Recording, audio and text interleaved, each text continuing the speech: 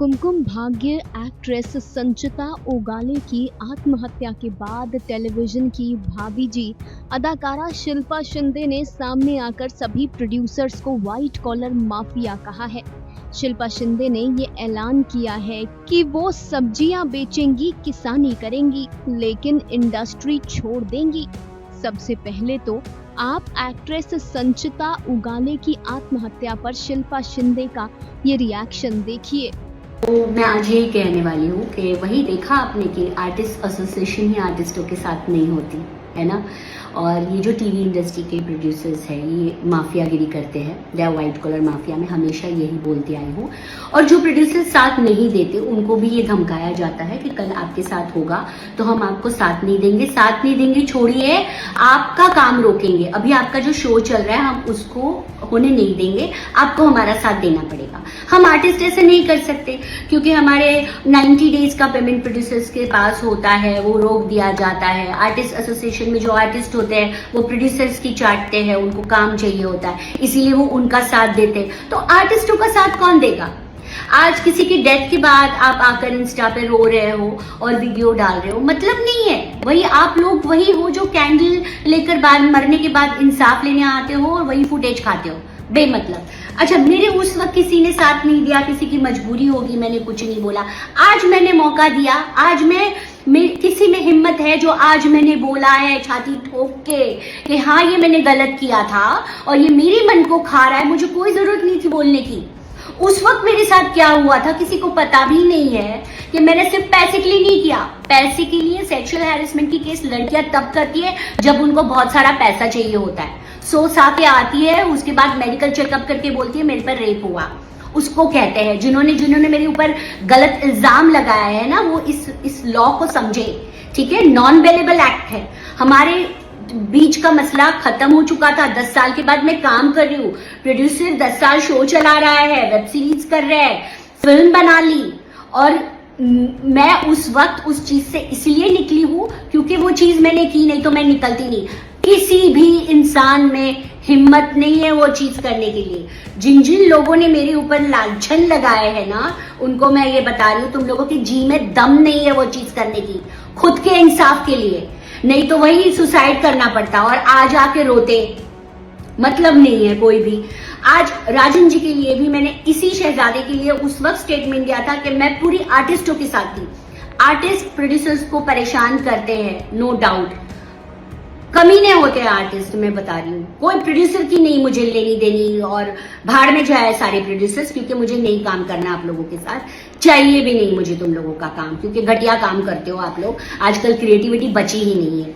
सो बकवास शोज मुझे करने ही नहीं है।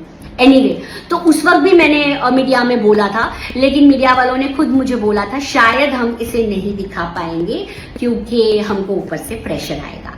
सो मतलब मुझे नहीं लगता कि इंस्टा तो आपके हाथों में है, आपको बोलना है आप आके बोल सकते हो। और उस वक्त मैं बोलना भी चाहती थी, लेकिन मैंने कहा छोड़ो, जब मुझे किसी ने साथ नहीं दिया तो मैं किसको क्यों दूं। लेकिन आज मेरे साथ मैंने मौका दिया। मेरे को आर्टिस्ट आज भी बोल सकते थे इस मैटर में, जब मेरे पे इतने गंदे इल्जाम लगा रहे। भाई इतनी हिम्मत किसी में भी नहीं है सच बोलने की। पता नहीं ये कलयुग में मुझसे कौन सा कीड़ा काट गया मुझे, जो मैं सच बोलने के लिए पैदा हुई हूँ, ऐसा मुझे लगा। बट ठीक है, मेरा ईमान जानती हूँ मैं कि क्या हुआ था और क्या नहीं हुआ था। मैं अपने नजरों में नहीं गिर सकती। वही कहा, आर्टिस्ट एसोसिएशन आर्टिस्ट का साथ देगी। आर्टिस्ट को पता ही नहीं है, वो प्रोड्यूसर की चाटने के लिए मेरे पे चार पानी लेके चढ़ गए। भाई अपना देखो ना, मेरा मैटर आप लोगों को पता नहीं है, क्यों घुस रहे हो उसमें? इस तरह के घटिया आर्टिस्ट है इस इंडस्ट्री में। उस इंडस्ट्री में आप काम करना चाहते हो, मुझे करना ही नहीं। रास्ते पे सब्जी बेचूंगी लेकिन ऐसे लोगों की नहीं चाटूंगी मैं। सो प्लीज आप एटलीस्ट आर्टिस्टों का साथ दे, है ना। कमिटी है, इंक्वायरी करे क्या हो रहा है क्या नहीं, और बाद में भौंकने का कोई मतलब नहीं है ना। बाद में आके इंस्टा पे रो के अपने वीडियो शूट करके डालने का कोई मतलब नहीं है। कोई क्या ही भुइयां उखाड़ लोगे आप। मैंने अपने पेमेंट के लिए किया, क्यों नहीं करूं भाई? मैंने 90 दिन का पेमेंट, मेरा काम रोका जा रहा है और वही वो रोक नहीं पाए ना, इसलिए इनकी जली पड़ी थी। बिग बॉस में सबने देखा कि उस इंसान ने कहा मैंने काम रोका, मैंने वाट लगाई। उसके बाद अली गोनी जी जो भी सीजन में आए थे उसने भी कहा हाँ ये बंदा काम रोकता है। तो किसी के पास है कोई जवाब? बस ऐसे ही मुंह फुला के आ जाओ। अभी करो ना इस बंदे की हेल्प। पैसे रुके हुए मांगो ना, पैसे रोक दो ना जाके शो। है हिम्मत किसी की जाके शो रोक देने का? पैसे निकालो पहले आर्टिस्टों के, फिर बोलो। है किसी में हिम्मत? नहीं। बैठो।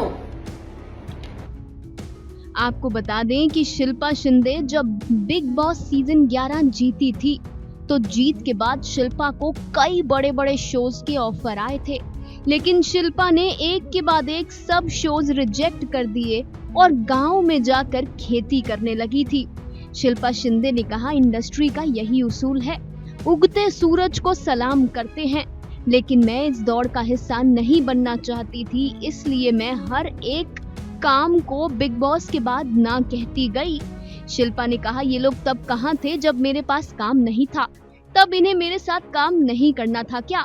मैं बिग बॉस जीती तब ये सब आ गए। शिल्पा ने कहा ऐसे मामलों में तो मैं जरा सनकी हूँ, मेरी खिसकी हुई है। वेल, एक बात तो माननी पड़ेगी, शिल्पा शिंदे के साथ अगर इस इंडस्ट्री को काम करना है तो उनके हिसाब से काम करना होगा, वरना अदाकारा इस इंडस्ट्री की मोहताज नहीं। Final cut, news desk.